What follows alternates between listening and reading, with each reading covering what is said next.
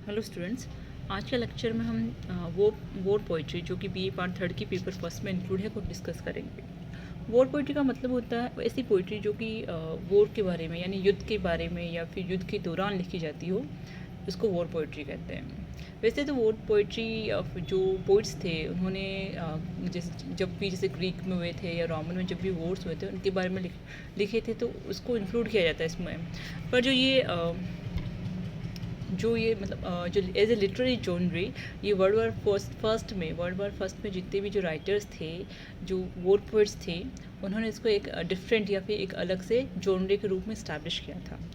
तो war poets वो poets होते हैं जो कि जिन्होंने या तो वॉर में पार्टिसिपेट किया हो और अपने जो एक्सपीरियंसेस होते हैं, अपने जो उन्होंने उसमें जो जिस चीज़ों का सामना किया हो, जैसी उनकी मनोस्थिति थी, जिस दौर से वो गुजरे हों, उनको उन्होंने अपने पोइट्री में लिखा था। या फिर कुछ ऐसे राइटर्स जिन्होंने उसमें पार्ट नहीं लिया बट फिर भी वॉर के बारे में लिखा था, तो वॉर पोइट्स वो थे।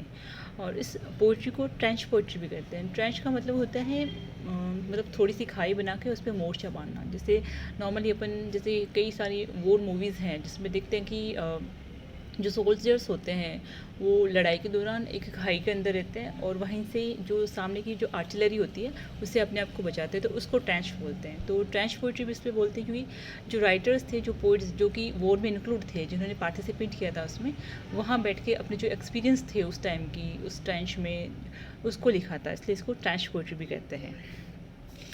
और स्पेशली जो वर्ड है, जैसे मैंने बताया था कि इसको जो एज ए डिफरेंट या सेपरेट लिटरेरी जॉनरी के रूप में वर्ल्ड वॉर फर्स्ट के दौरान इसको स्टैब्लिश किया गया था एज ए सेपरेट जॉनरी।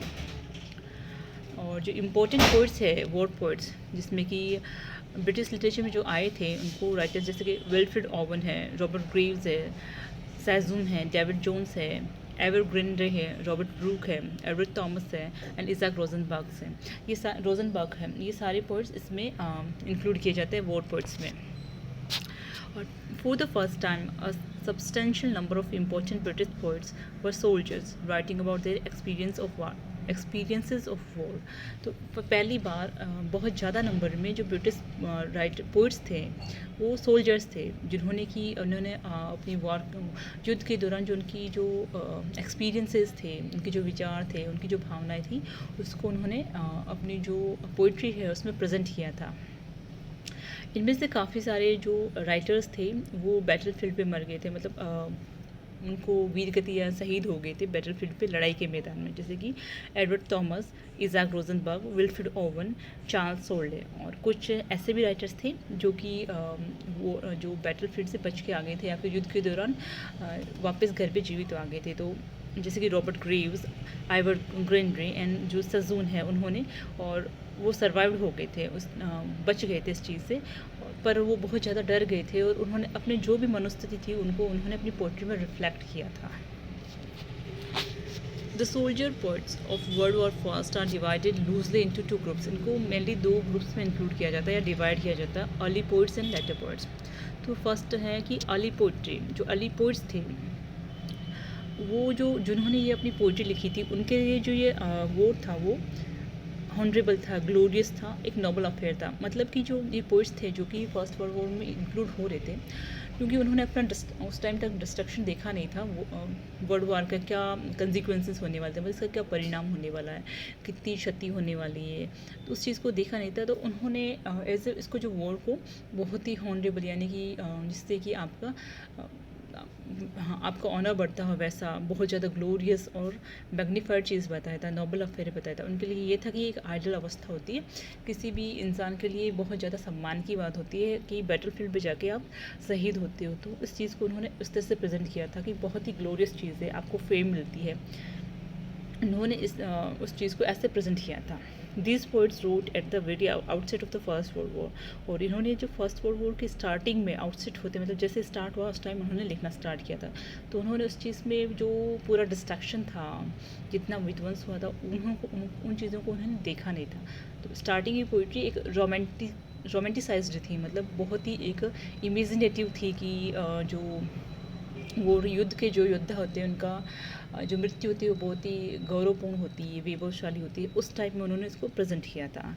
और ये जो पोइट्री थी ये जॉर्जियन पोइट्री की एक पार्ट था, क्योंकि उस टाइम में किंग जॉर्ज फिफ्थ का राइन चल रहा था, तो वो उस पर रूल कर रहे थे इंग्लैंड में। तो उस जो उनकी जो क्वालिटीज़ थी जॉर्जियन पोइट्री की, वो सारी की सारी इनकी पोइट्री में डिपिक्ट होती थी या फिर उनको दिखाई देती थी, रिवेल होती थी। जैसे कि बहुत ही नेचुरलिस्टिक थी, रोमांटिसाइज्ड करते थे या फिर वो ड्रीम वर्ल्ड में ज़्यादा रहते थे, और यहाँ तक कि उन्होंने सुपर नेचुरल चीज़ों को भी ऐड कर देते। तो उस चीज़ से रिलेटेड होकर उस चीज़ से इन्फ्लुएंस, उसका जो इन्फ्लुएंस था इन राइटर्स पे, अर्ली पोइट्स पे बहुत ज़्यादा था। War was presented as a heroic deed, glorified, and it was linked with honor of nation. Theme of patriotism was at its peak. और जो थीम थी पेट्रियोटिज्म यानी कि देशभक्ति की, उस टाइम जो लहर चल रही होती वो बहुत ज़्यादा उच्च थी या अपने पीक पे थी।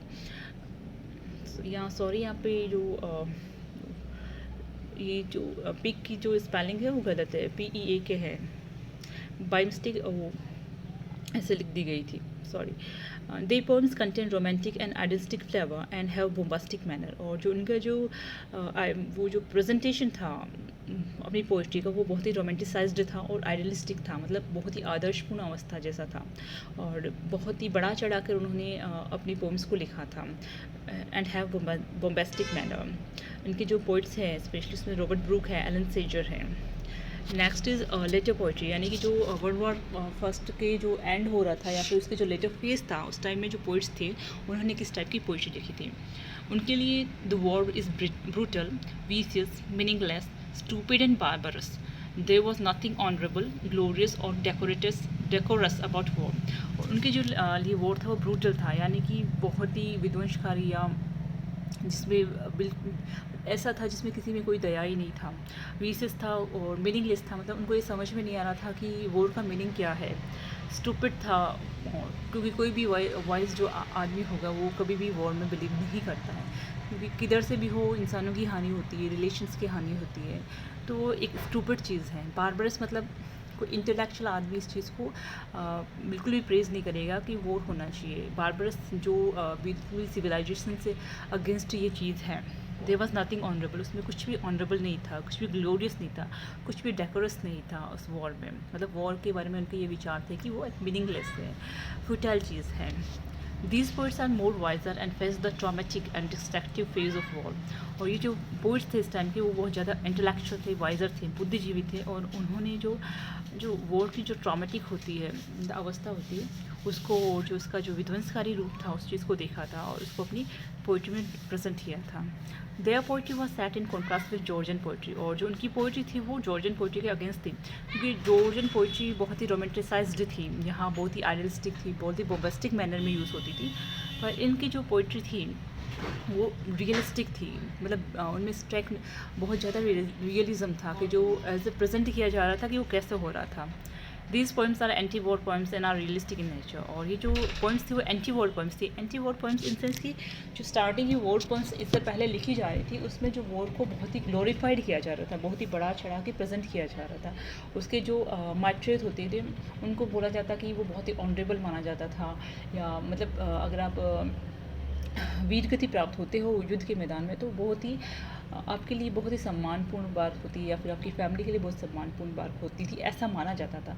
पर ये जो पोइट्री लिखी जा रही थी ये पूरी उसके अगेंस्ट थी, क्योंकि यहाँ पे युद्ध को मीनिंगलेस बताया गया था, ऐसी चीज़ जिसका कोई मतलब ही नहीं होता है, बार्बरस बताया जा रहा था। बिल्कुल भी कोई भी वाइज आदमी युद्ध करना पसंद नहीं करेगा, कोई भी बुद्धिजीवी युद्ध को प्रिफर नहीं करता है, इसलिए इसको एंटी वॉर बोलते हैं। और इसके जो इम्पोर्टेंट राइटर्स थे वो थे विल्फ्रेड ओवन थे, सजुन थे और इज़ाक रोजनबर्ग थे। नेक्स्ट है हम दो राइटर्स को डिस्कस करते हैं दोनों फेजेस में से। पहला है रॉबर्ट ब्रूक, जो कि 1887 से 1915 तक इनकी लाइफ स्पैन थी। और उन्होंने सबसे पहले जो इंग्लैंड में जो सोल्जर्स पोइट थे उनका जो कल्ट था, मतलब इस्टेब्लिश किया था वॉर पोइट्री को लिखना इंग्लैंड में फर्स्ट वर्ल्ड वॉर में। This poetry is brimming with mystical pre war golden age and has graceful lyricism. और उनकी जो पोइट्री थी वो जो मिथिकल थी, जो मतलब हमारे जो पुराने टाइम में, जो हमारे पुराने समय से हमारे में जो थोपी जा रही थी कभी, जो हमारी मानसिकता थोपी हुई थी, या मानसिक इंसानों की जो पुराने टाइम से मानसिकता थी कि जो वॉर होता है वो उसकी जो गोल्डन एज होती है उसको उन्होंने अपनी पोइट्री में प्रेजेंट किया था, जो कि रियलिटी में नहीं होती, पर जिस तरह से पुराने टाइम से लिखा जा रहा था वॉर को बारे में बहुत ज़्यादा ग्लोरीफाई करके उन्होंने उस चीज़ को पूरी की पूरी अपनी पोइट्री में उतारा था। और उनका जो लिरिसिज्म था वो बहुत ही ग्रेसफुल था। और उनकी कुछ पॉइंट्स हैं फेमस, जिसमें से एक है द सोल्जर। और इसकी तीन स्टार्टिंग की लाइन्स है, if I should die think only this of me. मतलब वो कह रहे हैं अगर मैं मरता हूँ या मेरी मृत्यु होती है तो मेरे बारे में सिर्फ यही सोचा जाए, that there is some corner of a foreign field that is for ever England. कि किसी भी चाहे दुनिया की फॉरेन फील्ड में मरूँ पर वो हमेशा इंग्लैंड ही हो। मतलब वो अपने आप को, अपनी जो मृत्यु है वो भी ये चाहते हैं कि बेटर फील्ड पे उनको मृत्यु मिले, ताकि उनकी जो लाइफ है उनको कुछ मीनिंग मिले और उनके बहुत ज़्यादा ग्लोरीफाइड हो जाए, उनको बहुत ज़्यादा ऑनर मिले लाइफ में। इसलिए वो ये चाह रहे थे कि उनकी मृत्यु भी बैटल फील्ड पे हो। नेक्स्ट है कि विल्फ्रेड ओवन, जिनकी लाइफ स्पेन है 1893 से 1918। और ये जो लेटर फेज में थे राइटर्स, लेटर पोइट्री के जो राइटर्स थे उनमें इंक्लूड किए जाते हैं, क्योंकि उन्होंने जो पोइट्री है इनकी, उन्होंने अपनी पोइट्री में जो सोल्जर्स हैं उनकी सेंटिमेंट्स को, उनकी फीलिंग्स को, उनके जो एक्सपीरियंस है, ट्रॉमेटिक एज थी, जो एगनी थी, जो मिजरी थी उनकी लाइफ में ड्यूरिंग द वॉर, उनको उन्होंने पॉइंट्स से प्रेजेंट किया था। उनके लिए उन्होंने अपनी पॉइंट्स में बताया था कि जो वॉर है वो फुटाइल है, मतलब मीनिंगलेस है, उसमें कुछ मीनिंग नहीं है। जो वहाँ पे जो सोल्जर्स है वो मरना नहीं चाहते, वो जीना चाहते हैं। इन चीज़ों को उन्होंने अपनी पोइम्स में बताया था। उन्होंने अपने जो उनको जो गुस्सा था उस टाइम का वॉर को लेकर, उन्होंने उसको भी अपनी पोइम में प्रेजेंट किया था। The best none of the war poets, और जो वॉर पोइट्स हैं उसमें सबसे ज़्यादा ये ज़्यादा फेमस हुए थे। और उन्होंने उनको वीर गति प्राप्त हुई थी 25 साल की एज में। और उनका जो सेजुन के साथ लॉन्ग लास्टिंग रिलेशनशिप था, मतलब वो फ्रेंडशिप थी उन दोनों के बीच में, लॉन्ग लास्टिंग लाइफ लॉन्ग थी उनकी। Poems marked by his bleak realism, bleak मतलब बहुत ही रियलिस्टिक थी। मतलब जो स्ट्रक रियलिज्म होता है ना, कि भी उन्होंने जो रियलिज्म था वहाँ का, मतलब रियलिस्टिक जो सिचुएशन थी युद्ध की, उन्होंने एज इट इज़ अपनी जो पोइट्री उसमें प्रेजेंट की थी। और उनकी जो एनर्जी थी, उनका जो इंडिग्नेशन था, यानी कि रोष था युद्ध को लेकर, उनका कंपैशन और उनकी जो टेक्निकल स्किल थी वो भी काफ़ी हाई थी। और उन्होंने सारी की सारी चीज़ों को अपनी पोइट्री में रिफ्लेक्ट किया था। Most of his poems allude to the loss of innocence that is commitment of war. और उनकी जो फेमस पोएम है जिसमें कि स्टैंच मीटिंग भी एक है और फ्यूटिलिटी भी एक है। स्टैंच जो मीटिंग पोम है, उन्होंने उसमें एक नरेटर जो कि के पॉइंट ऑफ व्यू से बताया है कि जो युद्ध में जो मृत्यु होने वाली है उससे वो बचना चाहता है, और जो गन थम्स चल रही है वहाँ पे वॉर में, उनसे वो बच के निकलना चाहता है। तो उनकी जो उसके हिसाब से लिखा गया।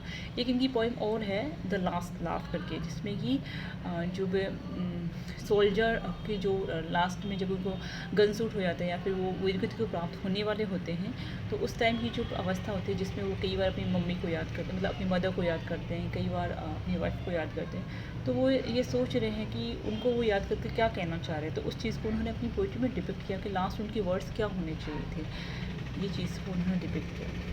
तो आज के लेक्चर में हमने जो वॉर पोइट्री होती है, यानी कि जो पोइट्री जो कि ड्यूरिंग द वॉर या फिर ऐसे राइटर्स के दौरान लिखी जाती है, या वॉर के बारे में या युद्ध के बारे में जो पोइट्री लिखी जा रही थी उसके बारे में था। ऐसे तो जो पोइट्री थी वो पुराने टाइम से भी लिखी जा रही थी, ग्रीक और रोम में लिखी जा रही थी।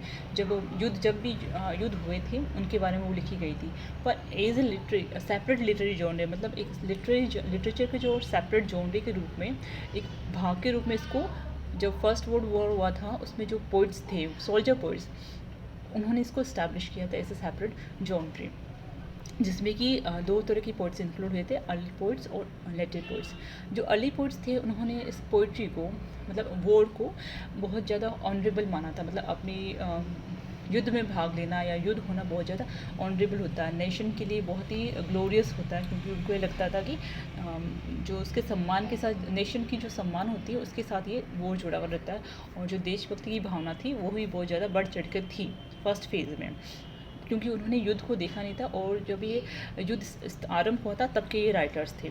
बट जो सेकंड फेज़ के राइटर्स थे वो राइटर्स थे जिन्होंने जो वॉर का जो डिस्ट्रैक्शन था, मतलब जो विध्वंसकारी रूप देखा था, जिससे कि ट्रॉमेटिक फेज़ देखा था, जो उस टाइम के जो सोल्जर्स थे वो किस अवस्था से गुजर रहे थे, उनकी फीलिंग्स क्या थी, वो कौन सी ऐसी मिजरी से गुजरे थे, जो उनकी एगनी थी, उनको उन सबको अपनी पोइट्री में यानी कि उनका साइकोलॉजिकल जो पॉइंट ऑफ व्यू था सोल्जर्स का, उनका वो सेकंड फेज़ के जो राइटर्स थे, जो जिनमें से काफ़ी सोल्जर्स भी थे खुद और कुछ ऐसे थे जो सोल्जर्स नहीं थे, तो उन्होंने उस साइकोलॉजिकल यानी जो सोल्जर्स के जो मनोवैज्ञानिक रूप जो अवस्थाएं थी उनको उन्होंने अपनी पोइट्री में प्रेजेंट किया था या रिवेल किया था।